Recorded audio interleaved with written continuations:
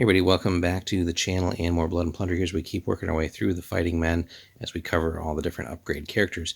So first up here is a standard bearer that we're going to take a look at today. He's a 3-pointer, as you might expect. It's a guy holding a banner or a flag or something like that.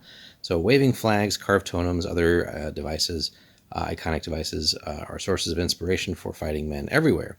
They serve as a reminder that a force's leadership hasn't faltered and is standing firm with them. So this is actually a character we've seen a lot that are not for Native Americans, but literally anybody can have that, right? Anybody can come up with some sort of standard, and it doesn't necessarily just mean it has to be a flag on a stick or pole or something. It's a 3-pointer, so any nationality. Unit restrictions, command unit only, but doesn't count towards the 1 character per unit limit, right? He's there to wave his flag around or whatever it might be. Comes with a standard melee weapon. Obviously, he's going to be too busy to shoot because he's holding the flag aloft there. No command range, no command points, no other special rules, but he does essentially confer this ability, which is what we're after. So the commander that this model is attached to gains an additional command point that can only be used for rally actions, which is pretty potent. So you think about a lot of these characters, sometimes you have a character with only 2 command points, and even if we're thinking about the sheer variety of special characters. Again, we did a huge series on that, covering all the special characters. So, taking a lot of those characters that, they're pretty good characters in and of their own right, but sometimes they have that just the 2 command points. Getting an extra one to take the load off of as far as focusing on rallying a little bit. A lot of those characters come with inspiring, so getting an extra command point for that really is going to be fantastic. Now, a lot of the characters will have fantastic command ranges, but again, maybe not that 3rd command point. So getting an extra one that is purely dedicated to rally certainly helps alleviate that, and then lets us be a little bit more tactical in the use of the other command points that we have.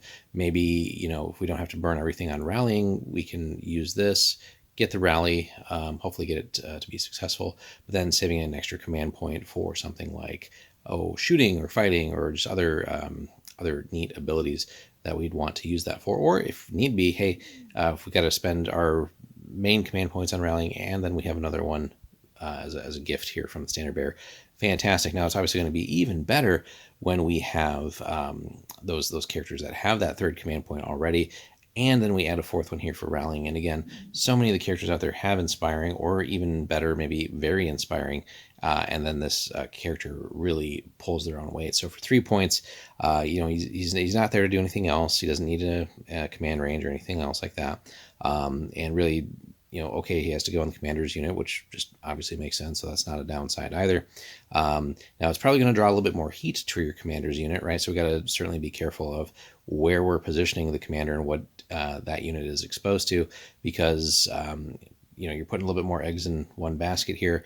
It's only another 3 points, but you're going to draw a focus here because opposing player probably doesn't want you to have your character be even better for the whole game, so they're probably going to target you a little bit here, especially if you turn into this super rally machine here that can keep more of your force in the fight longer. So we talked about that over and over again with all the special characters, but even some of the regular characters we covered, right? When we have inspiring and very inspiring and stuff like that, and or other abilities out there that also help like remove fatigue, just having yet another tool in the arsenal here that lets us rally even more is going to be very important for keeping the force in the fight longer and ideally outlasting the opponent.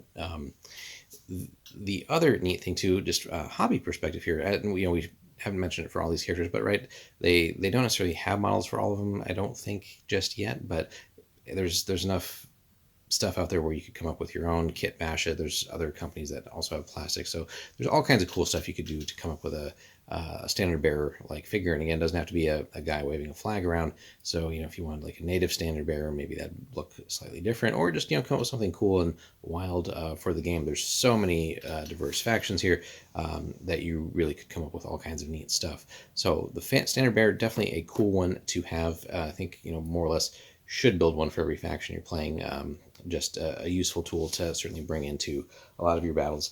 Let us know in the comments, guys, any memorable games you've had where the standard bearer really certainly paid for themselves and helped essentially stave off a collapse of the army or the force you had, and actually helped with securing the victory.